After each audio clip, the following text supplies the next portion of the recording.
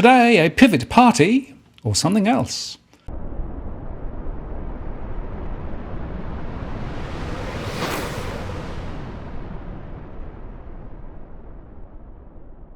Hello again, it's Martin North from Digital Finance Analytics, with the latest post covering finance and prop news with a distinctively Australian flavour.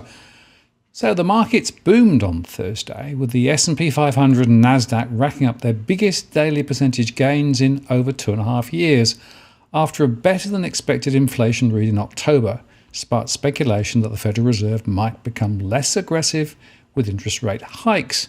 Note though, not a pivot, just a slowing. In fact, more than 90% of stocks in the benchmark were in the green on the day. As a result, stocks in sectors across the board surged as the latest consumer price data cheered investors worried that ongoing interest rate hikes could hobble the US economy. This is a big deal, said King Lip, chief strategist at Baker Avenue Asset Management in San Francisco. We've been calling the peak of inflation for the last couple of months and just have been incredibly frustrated that it didn't show up in the data. For the first time, it actually has shown up in the data. This crimped Treasury yields and sparked a sea of green in tech stocks amid hopes that the Federal Reserve will lean towards less hawkish rate hikes and therefore lower interest rates, which will translate into better earnings returns later.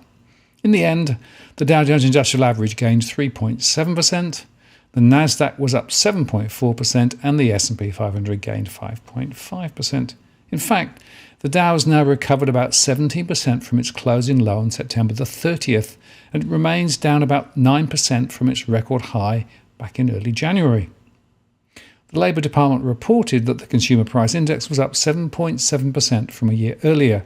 That's the smallest annual advance since the start of the year, and down from the 8.2% in September. Core prices, which excludes food and energy, and perhaps are regarded as a better underlying indicator of inflation, advanced 6.3%, pulling back from a 40-year high. In fact, year over year, core CPI jumped 6.3%. That's along with several other months this year, and is still the worst since 1982.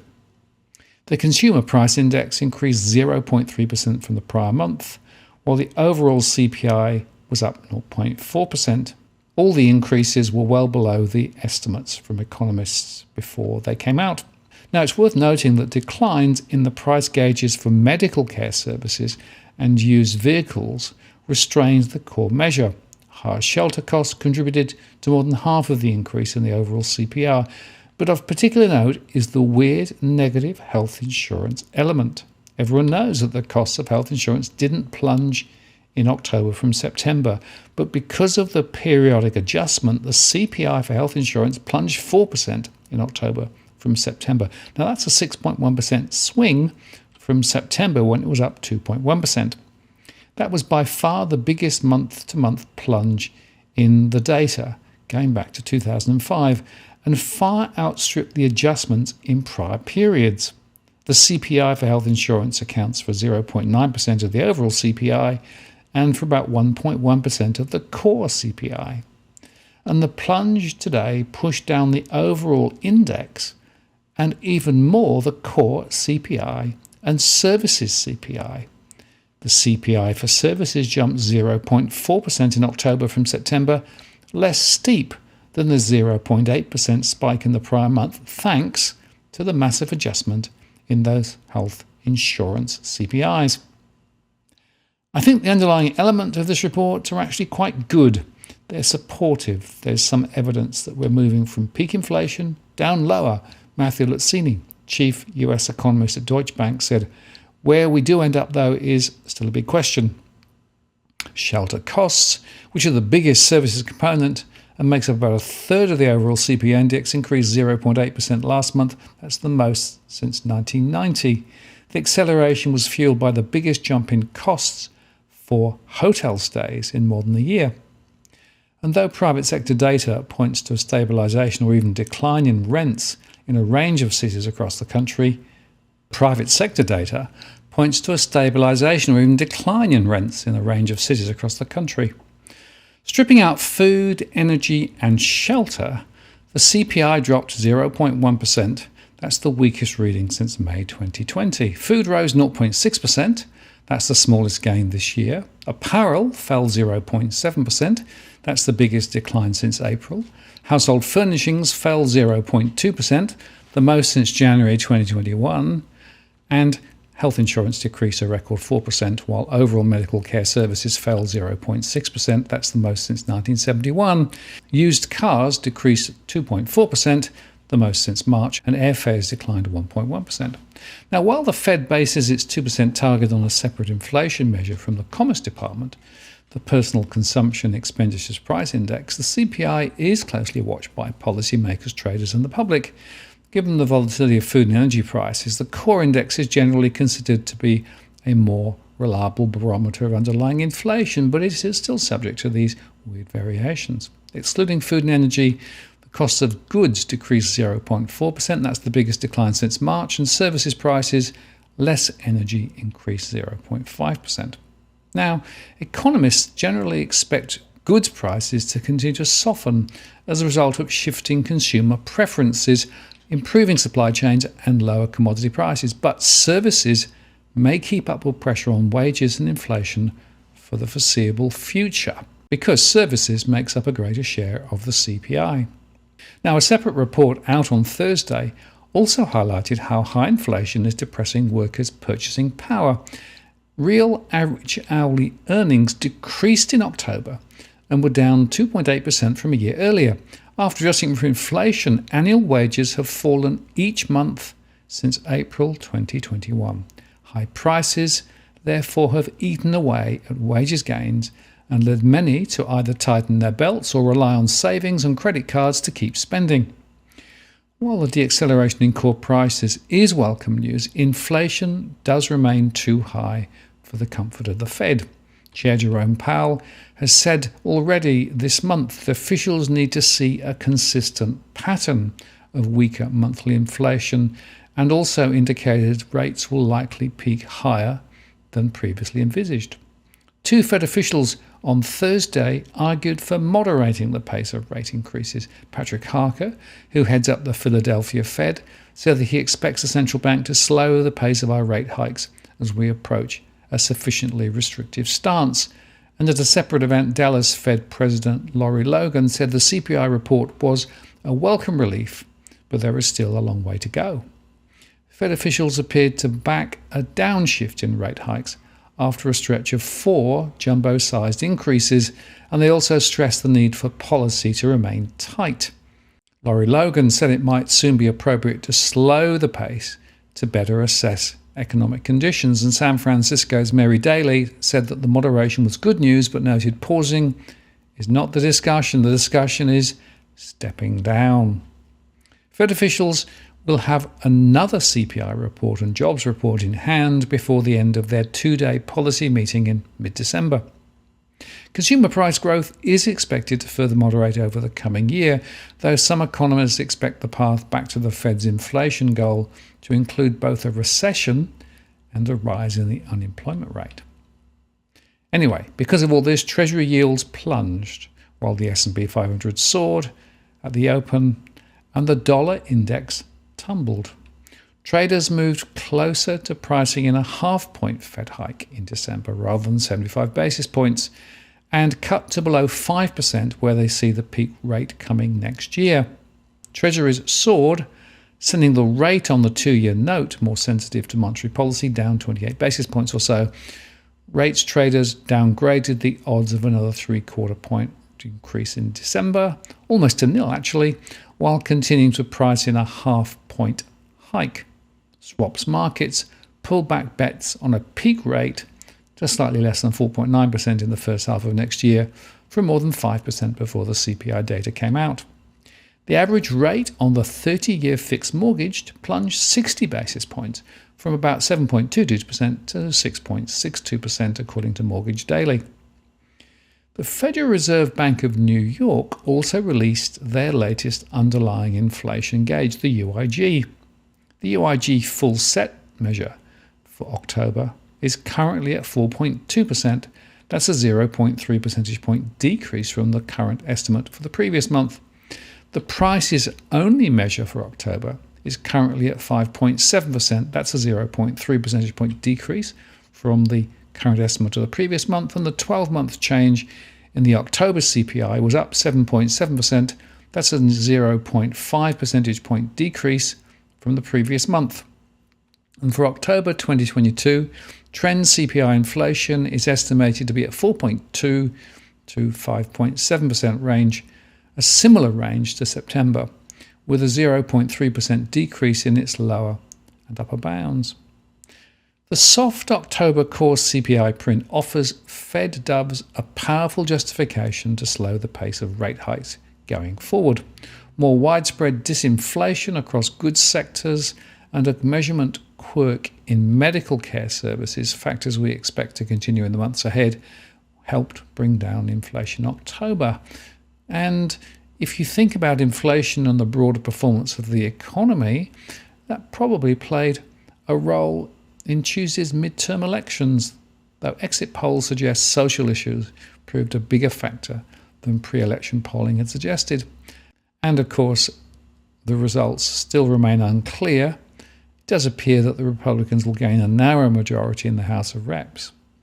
Stocks headed for the best post-inflation daily rally in more than a decade, as that slower than projected price growth did spark bets the Federal Reserve can downshift its aggressive rate hike path. The first downside surprise in inflation in several months will inevitably be received by an equity market ovation, Shima Shah, chief global strategist at Principal Asset Management, wrote. A 0.5% hike rather than 0.75% in December is clearly on the cards, but until we have had a run of those types of CPI reports, a pause is still some way out. Today's CPI report showed some moderate improvements as some of the previously elevated excessively high inflation drivers, such as cars, started to decline at a faster pace. Michael Landsberg, Chief Investment Officer at Landsberg Bennett Private Wealth Management, said, "We are preparing for an environment where interest rates remain higher for longer. Investors should be more concerned with the effect that rising rates into a decelerating economy has on their portfolio values rather than the current level of inflation." And James Athey, Investment Director at Aberdeen Asset Management, said, "Equities will love this and are likely to pick up the baton and keep running. Of course, that may make the Fed uncomfortable at this early stage in the disinflation process, and so watch out for Fed speak if equities get too frothy." Now over on the markets, Apple and Microsoft were up more than 8%, and Alphabet rose more than 7%, while Meta Platforms gained 10%. But some on Wall Street aren't convinced that the tech rally will last, partly attributing the move higher to investor positioning a day ahead of the expiry of options and highlighting that the Fed is still set to hike rates, albeit at a slower pace. "I'm suspect of it in the short term," Brian Mulberry, client portfolio manager at Zacks Investment Management, said. "When all of these options expire tomorrow, we'll get a better evaluation of where people actually think valuations should be. At the end of the day, a less hawkish Fed still means rates are going higher. Less hawkish is not a pivot. That's not how we're viewing this at the moment in time," Mulberry added. And consumer stocks also reigned supreme, with Amazon leading the charge at more than 12% on bets that slowing inflation pressure could ease the squeeze on consumers and encourage further spending, after the Wall Street Journal also reported that the e-commerce heavyweight was reviewing unprofitable business units to cut costs. Rising home builders, led by PulteGroup, played a role in the market melt-up as bets on smaller Fed rate hikes pushed mortgage rates back below 7%, spurring optimism for renewed demand in new homes. And in earnings news, Six Flags Entertainment surged more than 13%, despite reporting quarterly results that fell short of Wall Street estimates. The theme park operator, though, said it had struck an agreement with investment firm H Partners, allowing the latter to take up its stake in the company to 19.9% from 14.9%. Rivian Automotive left its production guidance intact and reported a narrower than expected loss, sending its share price up more than 17%. And Bumble, meanwhile, cut its losses to close 10% higher amid the broader market rally, even after delivering softer guidance and third quarter revenue that missed analyst estimates, as the impact of a stronger dollar and the ongoing Russian-Ukraine war weighed. The volatility index, known as the fear gauge, fell to a near 2-month low of around 23 points. Some investors have urged caution that Thursday's rally may be overdone. The market is, as it has been a few times this year, very eager to trade a Fed pivot. But we think the market is getting a little ahead of itself, based on one print, said Zach Hill, head of portfolio management at Horizon Investments. The PHLX housing index, though, jumped 10.3% to its highest since August, after tumbling this year over concerns about higher mortgage rates denting affordability. Now, crypto markets face weeks of deleveraging in the fallout from the crisis at asset exchange FTX.com, a period of upheaval that could push Bitcoin down to 13,000 US, according to JP Morgan.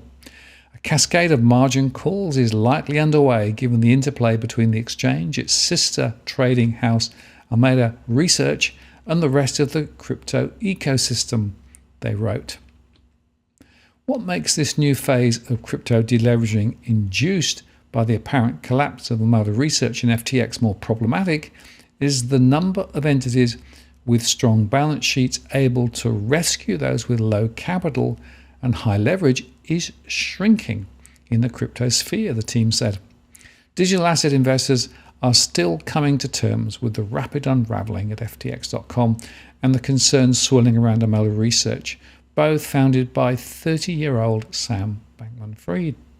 There are fears that the potential bankruptcy of FTX.com could lead to contagion that takes down other crypto outfits.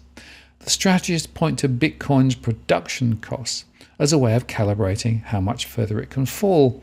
The production cost is mainly the electricity needed to operate the powerful computers that run the Bitcoin network. At the moment, this production cost stands at around 15,000 US, but it is likely to revisit the $13,000 lows seen over the summer months, they said. The current slump is far from the worst, by the way. The $13,000 level is one that other prognosticators are looking at too as a possible floor. David Adams, a portfolio manager of the King River Digital Asset Fund, said that it's the price he's calling for alongside a further fall in so-called alternative tokens. He added that we'll start to see value at such levels. Hayden Hughes, chief executive of social trading platform Alpha Impact, pointed to $13,800 as a potential support. And meanwhile, the history of previous routes suggests Bitcoin would need to fall below 13,000 US to begin matching the magnitude of those drawdowns. But anyway, Bitcoin snapped 4 days of declines, including a near 60% tumble on Wednesday to add about 6% to reach around 17,000 US. Bankman-Fried has told FTX.com investors that without a cash injection, the company would need to file for bankruptcy. The episode is the latest in a series of events to befall virtual coins, exacerbating steep losses this year caused by a withering of speculative and or under the sobering influence of aggressive interest rate hikes.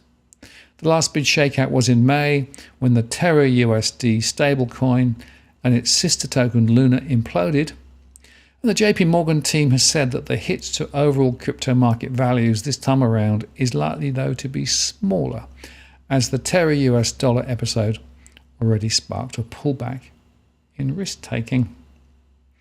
So if you stand back, you can see here that the markets have really gone to town, but perhaps without really getting to grips with the underlying information in those core CPI numbers.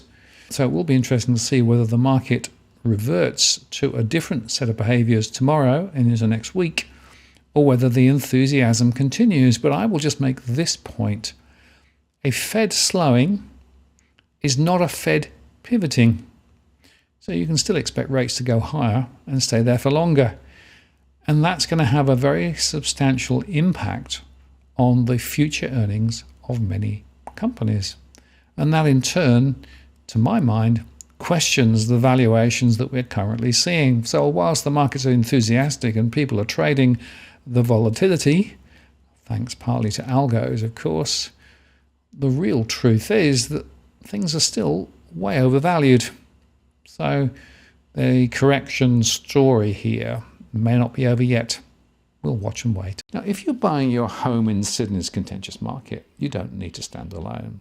This is the time you need to have Edwin Almeida from Ribbon Property Consultants standing alongside you. Buying a property is both challenging and adversarial. The vendor has a professional on their side. Emotions run high, price discovery and price transparency are hard to find, and then there's the wasted time and financial investments that you make. Edwin understands your needs, so why not engage a licensed professional to stand alongside you? With RPC, you know you have experience, knowledge, and master negotiators looking after your best interests. So shoot Ribbon an email at info@ribbonproperty.com.au, and if you use the promo code DFAWTW/Martin, you can get a 10% discount offer. I'm Martin North from Digital Finance Analytics. Many thanks for watching, and I'll see you again next time.